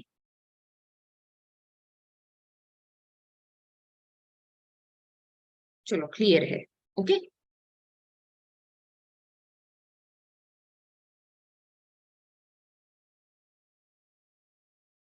चलो मोहपात्रा सर ने बोला तो सबको क्लियर है। ओके मोहपात्रा सर, चलो, चलो अब यहाँ से आगे बढ़ते हैं। ओके, या छुट्टी चाहिए? छुट्टी चाहिए? नहीं ना? चलो पढ़ते हैं आगे। अब यहाँ से थर्ड पॉइंट करते हैं। अब हमें दो चीजें पता चली, मार्केट कैप, बीटा, और कंपनी का बेसिक ग्रोथ मॉडल। इतना तो क्लियर है? Yes sir. तो आगे बढ़ते हैं। यहाँ से हमें नेक्स्ट पॉइंट देखना है कि हमें नेक्स्ट पॉइंट क्या करना होता है। अब देखिए, कंपनी का वैल्यूएशन भी पता होना चाहिए, कंपनी कहाँ पे काम कर रही है, कंपनी अंडर वैल्यूड है, ओवर वैल्यूड है, ये भी पता होना चाहिए। अब ये कहाँ से पता चलता है? प्राइस टू अर्निंग रेशियो से पता चल जाता है। कंपनी का price to earning ratio, that is P ratio से पता चल जाता है। अब देखिए, किसी भी कंपनी का याद रखना है, पी रेशियो। ओके, आपने काफी मिथ सुने होंगे मार्केट में, अगर पी रेशियो छोटा होता है ना, बड़ा अच्छा होता है, सुना होगा, राइट? सुना है? सुना है, राइट? काफी लोगों ने सुना है। पी रेशियो ऐसे नहीं होता है गाइस। अगर पी रेशियो छोटा होता है, याद रखिए, पीएस परमार सर, वहां पे ना क्या होता है, पी रेशियो अगर छोटा होता है तो ग्रोथ भी कम होती है कंपनीज में। ओके, याद रखना है, पी रेशियो कम होता है तो ग्रोथ भी कम होती है। हमें कौन सी कंपनी चाहिए? कम ग्रोथ वाली चाहिए या हाई ग्रोथ वाली चाहिए? यस, कितने लोगों को कम ग्रोथ वाली कंपनी चाहिए और कितने लोगों को हाई ग्रोथ वाली कंपनी चाहिए? मुझे बता देना। कोई ऐसा है, मुझे कम ग्रोथ वाली कंपनी चाहिए मैम, हैंड रेज करना, ऐसा है कोई तो? नहीं ना? सब लोग ऐसे करें, नहीं चाहिए। ओके, याद रखिए, जिस कंपनी का पी रेशो बनता कैसे है, मैं आपको ये बता देती हूँ। मार्केट का वैल्यूएशन से ही आपका पी रेशो बनता है, कंपनीज के वैल्यूएशन से ही आपका पी रेशो बनता है। तो याद रखना है, ये पी रेशो हमेशा अच्छा होना चाहिए, एटलीस्ट 10 से ऊपर हो। ओके, इन्वेस्टमेंट कर रहे हो, 10 से ऊपर हो पी रेशो। एक या दो पी रेशो या निगेटिव पी रेशो में कभी मत काम करना। ओके, हमें स्टॉक का पी देखना है, सेक्टर का पी नहीं देखना है, स्टॉक का पी देखना है। ओके, पूरे सेक्टर का लेके क्या करोगे, हमें सिंगल स्टॉक का देखना है पी। ओके, पी रेशो बताता है कंपनी अंडर वैल्यूड है या ओवर वैल्यूड है। देखिए, अंडर वैल्यूड कंपनी है तो वो ग्रोथ नहीं दिखाती है। मैं सिंपल एक स्ट्रिक्ट लैंग्वेज में बताती हूँ, अगर आप अंडर वैल्यूड कंपनीज को जा रहे हो तो याद रखिए गाइस, वो कंपनी आपकी कभी भी ग्रोथ नहीं दिखाती है। तो हमें ऐसी कंपनी चाहिए जिनका पी रेशो अच्छा होना चाहिए। ट्रेडिंग कर रहे हो, शॉर्ट टर्म ट्रेडिंग के लिए स्टॉक चाहिए, पी रेशो 15 से ऊपर ले लेना, क्योंकि 15 से एटलीस्ट ऊपर होना चाहिए, क्योंकि उन्हीं कंपनीज में ग्रोथ भी होता है। और बड़ी लॉन्ग टर्म इन्वेस्टमेंट करनी है, ऐसे होता है ना, दादाजी ने स्टॉक ले लिए थे ग्रैंड चिल्ड्रंस के लिए, उनके लिए, ठीक है, फैमिलीज के लिए, अगर 10 साल के ऊपर की इन्वेस्टमेंट है तो 10 लिए तो चलेगा। ओके, 10 पी लिया तो चलेगा हमें। ओके, लेकिन छोटी इन्वेस्टमेंट करनी है। मैं आपको एक चीज बता देती हूँ, जिन लोगों को लगता है ना पी रेशो, अगर अनिल सर पी रेशो कम है तो स्टॉक्स अच्छे मिलते हैं, मैं आपको कुछ एग्जांपल्स दिखा देती हूँ यहाँ पे। ओके, यहाँ से हम लोग चलते हैं पी रेशो वाले फिल्टर पे। आप ही मुझे बता देना कि पी रेशो कम होता है या ये होता है तो स्टॉक्स कैसे मिलते हैं। ओके,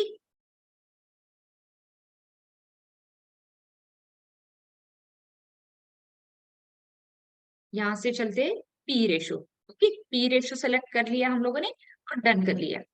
अब मुझे बताइए यहाँ से, ओके, आपकी फर्स्ट कंपनी है टीसीएस, 27.93, नियर अबाउट 28 का पी है। रफीकुल सर, बुरी कंपनी है टीसीएस? नहीं है, ग्रोथ में है, राइट, नंबर 1 कंपनी है इंडिया की। वर्मा सर, आपका एचयूएल 61.81 पीई है, हिंदुस्तान यूनिलीवर एफएमसीजी का टॉप लीडर है, क्या ये खराब कंपनी है? नहीं है। तो ऐसे मिथ में मत चले जाना कि पीके सिंह सर अगर पी रेशो छोटा है तो कंपनी अच्छी होती है, नहीं होती है। ओके आशीष सर ये देखिए आईटीसी पी रेशो कितना है 29 है, डेली ग्रोथ में है, डेली ऊपर जा रहा है, राइट। तो हमें फर्स्ट तो याद रखिए ऐसे कोई नहीं होता है जितना पी रेशो, याद रखिए अगर पी रेशो तभी बढ़ता है जब कंपनी ग्रोथ में होती है, अगर कंपनी ही ग्रोथ में नहीं है तो लेके क्या करोगे, कोई यूज है हमारे लिए, कोई यूज नहीं है। तो अच्छी पी रेशियो वाली कंपनीज अच्छी हमेशा याद रखिए ग्रोथ में रहती है। ओके आपको पी मतलब प्राइस टू अर्निंग होता है, Jayantilal sir price to earning ratio, company अपनी प्राइस पे कितना अर्निंग्स कर रही है इन सिंपल वर्ड। ओके और ये बताता है कि आज की डेट पे, याद रखिए आज की डेट पे आपकी प्राइस का कितना परसेंट आज इन्वेस्टर्स पे करने के लिए तैयार है आपकी कंपनी का एक स्टॉक लेने के लिए। ओके एक सिंगल स्टॉक लेने के लिए कितना इन्वेस्टर्स आपका, विजय सर आपका हर एक कंपनी का एक नेचर होता है, हमेशा आपके अप ट्रेंड में नहीं होती है। ओके यहाँ पे देखिए ये क्या बताता है अभी के लिए इन्वेस्टर टीसीएस की बुक प्राइस, ओके नॉर्मल जो सर्टिफिकेट में प्राइस होता है इनका, जो आपकी यहाँ पे जो फाउंडर्स होते हैं ना कंपनी के, जो फाउंडर्स होते हैं जो कंपनी के बड़े बड़े इन्वेस्टर्स होते हैं, उनको अगर 1 रुपए की प्राइस पे श्रीधर सर स्टॉक मिला है ना, अगर अरविंद सर यहाँ पे अगर 1 रुपीज के लेवल पे मिला है तो अभी के लिए इन्वेस्टर्स कितना देना चाहते हैं, 28 रुपीज दे रहे हैं सिंगल स्टॉक के लिए। ये आपको पी रेशो बताता है, ये वैल्यूएशन बताता है। ओके और जितना वैल्यूएशन बढ़ता है उतना पी रेशो भी बढ़ता है। तो ऐसे मत हमेशा समझना कि अगर पी रेशो नीचे है तो सैयद अली सर कंपनी खराब है, ऐसे नहीं होता है। पी रेशो ग्रोइंग कंपनीज का हमेशा अच्छा होता है। ओके ग्रोइंग कंपनीज का ये देखिए डीमार्ट पी रेशो कितना है विजय सर, 108 है। ओके काफी बड़ा है, क्या कंपनी खराब है रिजा मैम, नहीं है। ओके ऐसी कंपनीज खराब नहीं होती है, ये मिथ तो पहले निकाल दो। ओके पहले ये मिथ निकाल दो कि आपका पी रेशो आपका छोटा होता है तो अनिल पंडित सर कंपनी अच्छी होती है, नहीं होता है। अच्छी ग्रोथ वाली कंपनीज का पी रेशो हमेशा अच्छा ही रहेगा। यहाँ पे चलते हैं पी रेशो मिनिमम कितना होना चाहिए, हमारे लिए क्राइटेरिया क्या है, मिनिमम 10 से ऊपर होना चाहिए। अगर देवेंद्र सर हमें डेली के लिए ट्रेडिंग की कंपनीज लेनी है, ओके शॉर्ट टर्म इन्वेस्टमेंट करना है तो 15 से ऊपर हो तो और अच्छा है। ओके 15 से ऊपर हो तो और अच्छा है। ये देखिए 15 कर दिया, ऐसी कंपनीज आ गई जिनका पी रेशो 15 से ऊपर है। हमें उससे छोटी कंपनी ही नहीं चाहिए, मुझे हाई ग्रोथ वाली कंपनी चाहिए ताकि मेरे प्रॉफिट्स बने। ऐसे स्टॉक्स नहीं चाहिए मेगा मैम जो सालों साल पोर्टफोलियो में संभालने पड़े, राइट। हमें ऐसे स्टॉक्स नहीं चाहिए जो आज हम लोगों ने लिए थे, आपके बच्चे या बच्चों के बच्चे बोले दादाजी ने लिया था, ऐसे स्टॉक्स नहीं चाहिए। ओके जो छोटे वाले होते हैं वैसे नहीं चाहिए। ओके इन्वेस्टमेंट करो, फैमिली के लिए करो, आपके बच्चों के लिए करो, सबके लिए करो, इन्वेस्टमेंट बनती है। ओके उनका हक है आपकी इन्वेस्टमेंट लेना, लेकिन ऐसी इन्वेस्टमेंट नहीं चाहिए जो जबरदस्ती दी गई है। ओके ऐसी इन्वेस्टमेंट नहीं चाहिए जैसे दादाजी ने सुजलॉन एनर्जी लिया था, आइडिया लिया था, बिका नहीं इसलिए हमें दे दिया। ओके ऐसे स्टॉक्स नहीं चाहिए, अच्छी ग्रोथ वाली हाईली कैपिटलाइज वाले स्टॉक ले लो। ओके वो भी बोलेंगे अपने बीच में एक यूट्यूब पे बार बार स्टोरी सुनी होगी एमआरएफ के स्टॉक की, राइट सुनी होगी, काफी लोगों ने सुनी होगी। ओके उनके दादाजी का एमआरएफ का बड़ा सा ये उन्हें मिल गया, ऐसे करो। ओके ऐसे स्टॉक्स लेके रखो कि आपकी भी यूट्यूब पे वीडियो बन जाए। ओके चलो ये मजाक का पार्ट था, ठीक चलो। लेकिन छोटे स्टॉक्स नहीं लेने हैं, इन शॉर्ट मुझे कहना है कि छोटे स्टॉक्स नहीं लेने हैं जिनका कैपिटलाइजेशन अच्छा नहीं है, जिनका आपका पी रेशो अच्छा नहीं है, ऐसे स्टॉक्स को नहीं लेना है इन सिंपल वर्ड्स। ओके अब यहाँ पे आगे बढ़ते हैं। प्लीज आगे बढ़ने से पहले 2 मिनट का ब्रेक लेते हैं, मुझे पानी पीना है। ओके मैं पानी लेके आती हूँ, तब तक 2 मिनट का ब्रेक लेते हैं, उसके आगे बढ़ेंगे। Yes Amit sir, Amit Sharma sir अगर कंपनी प्रॉफिट्स कमा रही है तो पी रेशो बढ़ेगा ही बढ़ेगा, राइट। चलो गाइस 2 मिनट्स का break only. Okay recording on करते हैं। देखिए हम लोगों ने दो चीजें देखी थी अभी तक, मार्केट कैप, पी रेशो और बीटा। ओके अब जब भी इन्वेस्टमेंट का स्टॉक लेना है और एक चीज देखनी पड़ेगी आपको, कंपनी का रिटर्न ऑन इक्विटी। क्या देखना पड़ेगा, कंपनीज का रिटर्न ऑन इक्विटी, कंपनी की प्रॉफिटेबिलिटी क्या है। ओके देखिए मैं वो बताऊंगी संजय सर, वो पढ़ने वाले हो, रेड फ्लैग क्या होता है, ग्रीन फ्लैग क्या होता है, वो सारी चीजें करने वाले हैं। ठीक। अब यहाँ पे देखिए, हमेशा याद रखना है, आपका रिटर्न ऑन इक्विटी क्या बताता है, कंपनी की प्रॉफिटेबिलिटी बताता है। ये हमेशा 20 से ऊपर होना चाहिए। अच्छा क्राइटेरिया होता है, ये 20 से ऊपर हो तो और बढ़िया है। ओके, निगेटिव कभी भी नहीं होना चाहिए। Return on equity that is ROE, company का निगेटिव होने का मीनिंग है कंपनी का बैलेंस शीट लॉस में है। और जिस कंपनी का बैलेंस शीट लॉस में है, दवे सर, वो कंपनी ऊपर जाएगी? नहीं जाएगी, राइट, वो कंपनी नहीं जाएगी ऊपर। तो हमें हमेशा याद रखना है, जब भी ट्रेड करोगे तो कंपनी का आपको देखना है आरओई कहाँ पे है। लॉन्ग टर्म इन्वेस्टमेंट करनी है, 5 इयर्स का आरओई देखिए, कंपनी का 5 ईयर का आरओई देखना है अगर लॉन्ग टर्म इन्वेस्टमेंट करनी है। शॉर्ट टर्म ट्रेड कर रहे हो, 1 ईयर का देखिए। ओके, 1 ईयर का देखा तो भी चलेगा। अगर 2 मंथ्स 3 मंथ्स के लिए स्टॉक ले रहे हो, लेकिन अगर 2-3 साल के लिए लेना है स्टॉक, ठीक, तो लास्ट 5 ईयर का आरओई देखना है आपको। ये निगेटिव कभी भी नहीं होना चाहिए, 20 से ऊपर होता है तो और अच्छा होता है। ये आपको कंपनी का रिटर्न ऑन इक्विटी बताता है, इक्विटी से कंपनी को कितना प्रॉफिट्स मिल रहा है ये बताता है। अगर कंपनीज को इक्विटी से, याद रखिए, अच्छा प्रॉफिट मिलता है, कंपनी का बैलेंस शीट हमेशा पॉजिटिव में होता है। ओके, अगर प्रॉफिट इन्हें इक्विटी से अच्छा मिलता है तो कंपनी का बैलेंस शीट भी अच्छा होता है। मैं आपको और एक चीज बता देती हूँ यहाँ पे, याद रखिए, आपके घर के नॉर्मल लाइफ से भी ये एग्जांपल जोड़ के देख सकते हो। हमेशा कंपनी में असेट्स होते हैं, एक होती है लायबिलिटीज। ओके, एक होते हैं असेट्स, एक होती है लायबिलिटीज। जी मेघा मैम, अभी तो स्टार्ट किया है, आयुष सर ने मुझे बुला के गलती की है, अब मैं पूरा क्लास लेके जाऊंगी, ठीक है, पूरा क्लास पढ़ा के जाऊंगी। ओके, आपको पता है, मैं खाना आधा छोड़ के आई हूँ, और मेरी फैमिली अभी भी वहां पे है जहाँ पे मैं छोड़ के आई हूँ। ओके, चलो अब पढ़ो। अब यहाँ से देखिए, असेट्स और लायबिलिटीज क्या होती है। देखिए, असेट्स मतलब खर्चे होते हैं आपके, सॉरी, असेट्स मतलब इनकम सोर्सेस होते हैं।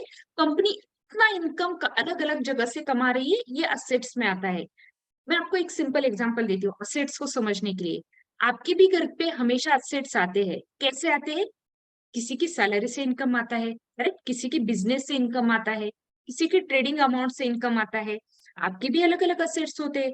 कोई आपकी रेंटेड प्रॉपर्टी होती है, उसका इनकम आता है आपको, राइट, ये क्या है? आपकी इनकम सोर्सेस है। वैसे ही कंपनीज को भी इनकम सोर्सेस होते हैं, क्योंकि हर एक कंपनी इनकम सोर्स होती है। इनकम सोर्सेस कंपनीज क्या होते हैं, कंपनीज के क्या होते हैं?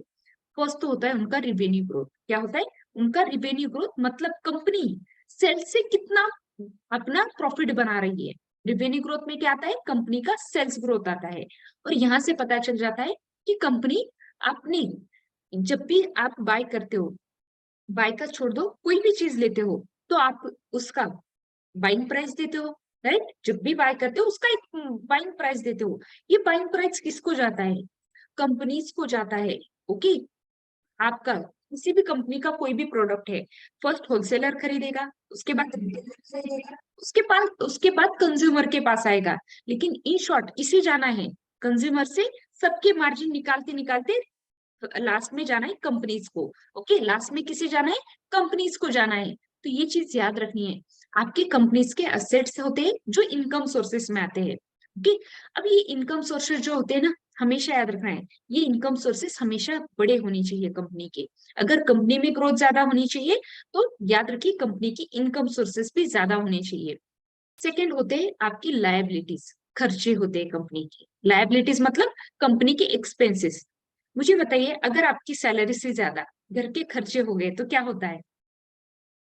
सैलरी से ज्यादा अगर घर से खर्चे होते हैं तो बिल्कुल, सर ने तो बड़ा स्माइलिंग आंसर दिया, तो हम लोग लोन में फंस जाते हैं, राइट, हमारे ऊपर कर्जे होना स्टार्ट होते हैं।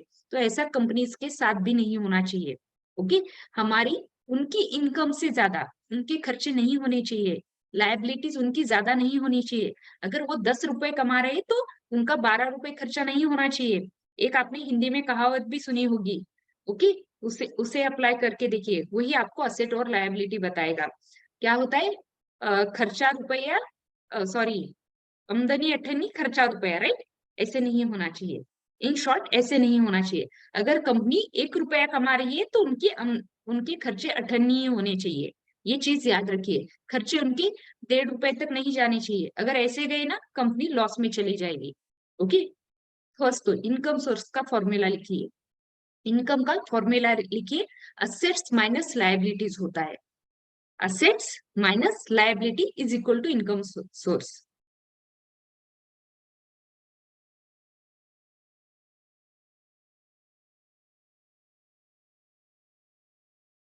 ओके, असेट्स क्या होते हैं, इन शॉर्ट लिखिए इनकम सोर्सेस, असेट्स मतलब इनकम सोर्सेस, कंपनी को उसकी सेल से इनकम होता है, कंपनी कभी दूसरी कंपनीज में स्टेक लेती है उससे भी होता है, कंपनी कुछ म्यूचुअल फंड्स बाय करती है उसमें भी उन्हें प्रॉफिट होता है। ओके, अलग अलग जगह से कंपनीज को इनकम आते हैं। लायबिलिटीज, उनको कंपनीज में, याद रखिए किसी भी कंपनीज में वर्कर को वेजेस देने होते हैं, टैक्सेस फिल करने होते हैं, ये क्या है, कंपनीज की लायबिलिटीज है। ओके, कंपनीज की लायबिलिटीज होती है जो उन्हें फुलफिल करनी ही होती है, और इन दोनों में से डिफरेंस में जो बनेगा वो उनका नेट इनकम रहेगा, जो बचेगा वो कंपनीज का नेट इनकम रहेगा, और यही नेट इनकम ज्यादा देखता है। ओके, यस, ओवरहेड एक्सपेंसेस नहीं होने चाहिए। ओके, ओवरहेड एक्सपेंसेस कंपनी के नहीं होने चाहिए जो लायबिलिटीज में आते हैं। जैसे मैंने घर का भी एग्जांपल दिया आपको, खर्चा ज्यादा नहीं होना चाहिए, और जो बचता है ना आपका, वो कहाँ पे जाता है, सेविंग्स में जाता है। ओके, वैसे ही कंपनीज का जो नेट इनकम का बचता है ना, उनके आगे की ग्रोथ में चला जाता है। ओके, उनकी आगे की ग्रोथ में चला जाता है। तो हमेशा याद रखना है, असेट्स माइनस लायबिलिटीज करते हो तो कंपनी का नेट इनकम आता है, ये हमेशा पॉजिटिव में होना चाहिए। निगेटिव में आ गया है तो समझ लीजिए कंपनी का बैलेंस शीट अब निगेटिव में जाएगा। ओके, ये निगेटिव आ गया है तो कंपनी का बैलेंस शीट भी निगेटिव जाएगा। ओके, अब यहाँ पे देखिए, हर एक कंपनी का इनकम सोर्सेस, सेल्स ग्रोथ अलग अलग तरह से होता है। कोई कंपनी है, फॉर एग्जांपल टीसीएस कोई प्रोडक्ट नहीं बेचता है, टीसीएस अपनी सर्विसेज बेचता है, आईटी वालों को पता है राइट, टीसीएस अपनी सर्विसेज बेचता है।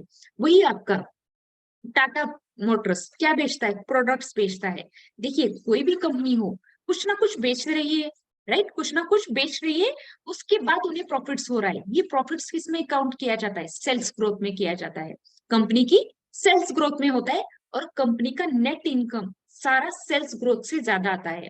याद रखिए बाकी चीजों से भी छोटा मोटा आता है, लेकिन सबसे ज्यादा इनकम आता है इन्हें सेल्स ग्रोथ से, और ये सेल्स ग्रोथ काउंट किया जाता है इनकी रिवेन्यू ग्रोथ में। रिवेन्यू ग्रोथ या सेल्स ग्रोथ सेम ही होता है, आपको ये ईयर ऑन ईयर जब भी बाइंग कर रहे हो किसी भी कंपनी की, ईयर ऑन ईयर 10% से की ग्रोथ होनी चाहिए।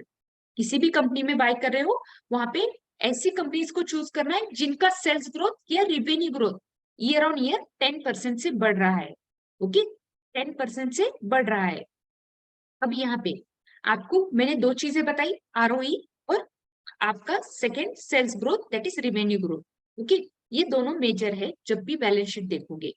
और दो चीजें पढ़ते हैं उसके बाद तो वाइंड अप करेंगे। ओके, उसके बाद आपका भी संडे है तो आप भी एंजॉय कर लेना। चलो, उसके बाद मैं आपको और एक चीज बता देती हूँ। 10% का ग्रोथ मतलब उनकी कंपनीज की प्रॉफिट में ग्रोथ होनी चाहिए, इन्फ्लेमेशन को छोड़ के संजय सर, इन्फ्लेमेशन को कंसिडर नहीं करना है।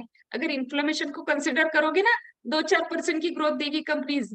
ओके, इन्फ्लेमेशन को छोड़ के। ओके, अब चलिए यहाँ पे नेक्स्ट होता है ROC, that is return on capital employed. ये क्या है, रिटर्न ऑन कैपिटल एम्प्लॉयड। अब देखिए ये जो रिटर्न ऑन कैपिटल एम्प्लॉयड है ना, okay, just 1 minute guys. Okay, हाँ तुम्ही या घरी। Okay, okay, return on capital employed क्या होता है, मैं आपको एक सिंपल एग्जांपल देती हूँ, सिंपल एग्जांपल देती हूँ। जब भी आप मार्केट में काम करते हो, ओके, 1 लाख रुपए लगा रहे हो, देखते हो ना इस महीने कितना मिला 1 लाख रुपए से, सब लोग देखते हैं, नहीं देखते हो ना, देखा करो, नहीं देखते हो तो देखा करो, ये आपको एक्सरसाइज फॉलो करनी है। आप मार्केट में अगर 1 लाख रुपीज लेके आ रहे हो तो उसमें आपका 1 लाख रुपीज में कितना मंथली बन रहा है। ओके, मंथली कितना बन रहा है। Okay, okay Lakhwinder sir. Okay, okay Lakhwinder sir, ऐसी चीजें होती रहती है, ठीक है। मेरी भी बेटी बार बार कॉल कर रही है, कब आ रहे हो वापस। ओके, चलो, लखविंदर सर बोल रहे हैं मेरी बेटी बड़ी परेशान कर रही है, मैम मुझे रिकॉर्डिंग दे दो। ओके, चलो यहाँ से आगे बढ़ते हैं। अब यहाँ पे देखिए आरओसी मतलब रिटर्न ऑन कैपिटल एम्प्लॉयड, कि आप जो कैपिटल लगा रहे हो उस पे आपको रिटर्न्स कितने मिल रहे हैं, इन सिंपल वर्ड जो कैपिटल लग रही है उस पे रिटर्न्स कितने मिल रहे हैं। देखिए ये रिटर्न्स हमेशा कैलकुलेट किए जाते हैं कंपनीज में भी। जो कंपनी का मैनेजमेंट होता है ना, हमारे जैसे लोगों की कैपिटल वहां पे नहीं काउंट की जाती है, कंपनी की मैनेजमेंट की कैपिटल, ठीक है, बड़े बड़े इन्वेस्टर्स की कैपिटल, जिन्होंने मैनेजमेंट जो होता है कंपनी का, उनकी कैपिटल्स पे उन्हें कितना रिटर्न्स मिल रहा है, और वो इन्वेस्टमेंट वो फर्दर कंपाउंडिंग करते हैं। याद रखिए, जो फर्दर कंपाउंडिंग में यूज होता है, वो सारा इनका रिटर्न ऑन कैपिटल एम्प्लॉयड में कंसिडर करा जाता है। ओके, रिटर्न ऑन कैपिटल ये हमेशा बताता है कि आपने जो पैसे लगाए हैं वो कंपनी में लगा रहे हो, ओके, वहां पे कंपनीज में लगा रहे हो या फिर किसी भी चीज में लगा रहे हो, तो याद रखिए वहां पे सारी चीजें आपकी कैलकुलेटेड होती है। हमारे जैसे नहीं, आज 1 लाख रुपए चले गए, दूसरे दिन आ जाते हैं 1 लाख रुपए लेके, ऐसे नहीं होता है। कंपनीज अपना return on equity, return on capital employed का सारा डाटा रखती है, ओके, सारा डेटा उनके पास रहता है, और ये आपके पास भी होना चाहिए। 1 लाख रुपीज लेके आ रहे हो, आपको देखना है मंथली आप 2% कमा रहे हो, 4% कमा रहे हो, 10% कमा रहे हो, कितना आपका कैपिटल भी आपको गेन हो रहा है। वैसे कंपनीज को भी होता है। ये आपका फाइनेंस सेक्टर में और बैंकिंग में नहीं देखा जाता। लिख लीजिए, आरओसी कहाँ पे नहीं देखना है, फाइनेंस और बैंकिंग में नहीं देखना है। क्यों नहीं देखा जाता? क्योंकि यहाँ पे ये कहाँ पे काम करती है, लोन्स देना, क्रेडिट से रिलेटेड कंपनीज में काम करती है, राइट विजय गुप्ता सर? लोन्स देना और क्रेडिट रिलेटेड कंपनी जो होती है, उनमें आरओसी कम होता है, तो वहां पे नहीं देखा जाता। ओके, ये ऑलरेडी कम होता है क्योंकि वो लोन्स देने में और इसमें ज्यादा कैपिटल एम्प्लॉयड करती है। तो आप बाकी चीजों में ये देख सकते हो, ये भी ईयर ऑन ईयर 20% से ग्रोथ होनी चाहिए। ये कितना होना चाहिए? 20% होना चाहिए। ओके, चलिए यहाँ से हम लोगों ने जितने क्राइटेरियाज पढ़े उतने हम लोग स्क्रीनर पे लगाते हैं। ओके, उसके बाद के ईपीएस वगैरह जो पढ़ने हैं ना, कल पढ़ेंगे। ओके, अब यहाँ से चलते हैं स्क्रीनर पे। ओके, स्क्रीनर पे चलते हैं। कहाँ गया हमारा स्क्रीनर?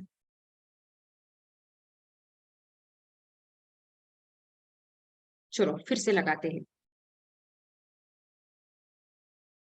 सिंह सर देख रहे हैं डेस्कटॉप पे बड़ा कचरा हुआ है आज, ठीक है। एक एग्जाम का फॉर्म फिल कर रही थी, उसके बीच में ही बाहर जाना पड़ा, तो आज बड़ा कचरा है डेस्कटॉप पे। डेस्कटॉप मत देखना कोई भी। चलो यहाँ पे चलिए। फर्स्ट हम लोगों ने क्या देखा था, मार्केट कैप कितना होना चाहिए मित्तल सर? 1000 करोड़ के ऊपर की कंपनीज। ओके, हमेशा स्वाति मैम कौन सा होना चाहिए? 1000 करोड़ के ऊपर की कंपनीज में ही काम करना है। कि लोग आराम से बैठे हैं, ओके, कैमरा बंद करके, बीच में थोड़ी ही लोगों का कैमरा ऑन है। ओके, चलिए यहाँ से 1000 करोड़ की ऊपर की कंपनीज मिनिमम होनी चाहिए। मिनिमम इतना तो होनी ही चाहिए। नीचे आती है दिनेश सर, नहीं लेनी है। ओके, इसके नीचे मिलती है, नहीं लेनी है। मिनिमम 1000 करोड़ तो होना ही चाहिए। ये देखिए, उसके बाद हम लोगों ने सेकंड क्या देखा था, पी रेशियो कितना होना चाहिए। ये मिनिमम लॉन्ग टर्म इन्वेस्टमेंट है, 10 से ऊपर हो जाए। ओके, या शॉर्ट टर्म के लिए रीजा मैम 15 तक चलेगा। ओके, शॉर्ट टर्म इन्वेस्टमेंट के लिए 15 तक चलेगा पी रेशियो। ओके, उसके बाद हम लोगों ने देखा था बीटा। हम लोगों ने देखा था बीटा कैसे देखा जाता है। ओके, ये देखिए, यहां से चलते हैं बीटा पे। बीटा का फिल्टर ऐड किया। इन्वेस्टमेंट के लिए सबसे अच्छा बीटा कौन सा होता है? 0 से 1, राइट? 0 से लेके 1 जिनका बीटा होता है, ऐसी कंपनीज में हमें फर्स्ट प्रेफर करना है।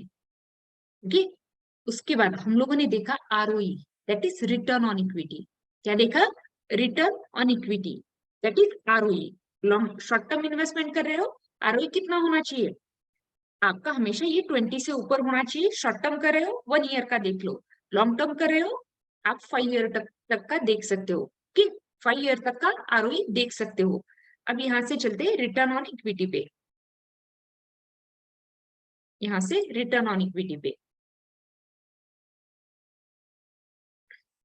ये देखिए, ये कितना होना चाहिए? ये 20 से ऊपर होना चाहिए। ओके, यहाँ से नेक्स्ट हम लोगों ने पॉइंट पढ़ा था आरओसी। याद रखिए, ये आरओसी यहाँ पे मत लगाना, क्योंकि अगर यहाँ पे लगाओगे ना, सारी फाइनेंस और आपकी बैंकिंग निकल जाएंगे। ओके, ये तभी देखना है आपको अगर यहाँ पे आप जब बैलेंस शीट देखोगे। यहाँ पे देखिए, मैं लगा के दिखा देती हूँ, लेकिन याद रखिए यहाँ से जब ये लगेगा ना, बैंकिंग और फाइनेंस वाले सारे स्टॉक्स यहाँ से निकल जाएंगे। ओके, जिनका आरओसी कम है। यहाँ पे देखिए ये भी 20 से ऊपर हो, स्टैंडर्ड क्राइटेरिया है ये, 20 से ऊपर होना चाहिए। ठीक, ये देखिए 85 स्टॉक्स रह गए हमारे पास, ऐसे 85 स्टॉक्स रह गए जो हम लोगों ने अभी क्राइटेरियाज पढ़े थे, उन क्राइटेरियाज के अकॉर्डिंग। ठीक, अब यहाँ से और कुछ चीजें हैं, आपको बैलेंस शीट आइडेंटिफाई करना, और ये सारी चीजें हम लोग नेक्स्ट क्लास में करेंगे। ओके, अभी के लिए याद रखो, एक चेकलिस्ट के नाम से एक लिस्ट तैयार करो, फंडामेंटल की चेकलिस्ट मैं बता दी जाती हूँ, अभी जो पढ़े वो करेंगे। फंडामेंटल चेकलिस्ट लिखो, एक सेपरेट पेज पे लिखो।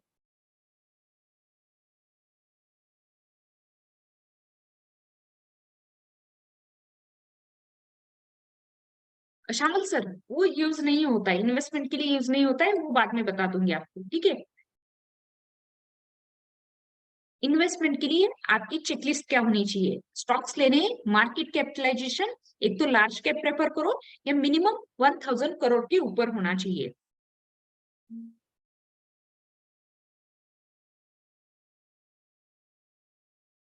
यस दीपांकर सर, वहां पे भी होना चाहिए। ओके, एसआईपी के लिए भी वही होना चाहिए। उसके बाद पी रेशो मिनिमम 10 से ऊपर या 15 से ऊपर, कोई भी क्राइटेरिया ले लो, लेकिन 10 से नीचे कभी नहीं जाना है। पी रेशो निगेटिव होने का मीनिंग होता है कंपनी का खुद का अर्निंग नहीं हो रहा है, अगर कंपनी ही नहीं अर्न कर पाएगी तो किसी को भी प्रॉफिट नहीं मिलेगा। याद रखिए, ये मिनिमम 10 या 15 दोनों ले सकते हो, लॉन्ग टर्म इन्वेस्टमेंट है 10 ले लो चलेगा, लेकिन मिनिमम 15 से भी ऊपर होना चाहिए जब शॉर्ट टर्म इन्वेस्टमेंट कर रहे हो। बीटा 0 से 1 होना चाहिए, अच्छे स्टॉक्स यहीं पे मिलते हैं आपको। 0 से 1 बीटा होना चाहिए। रिटर्न ऑन इक्विटी 20 से ऊपर होना चाहिए,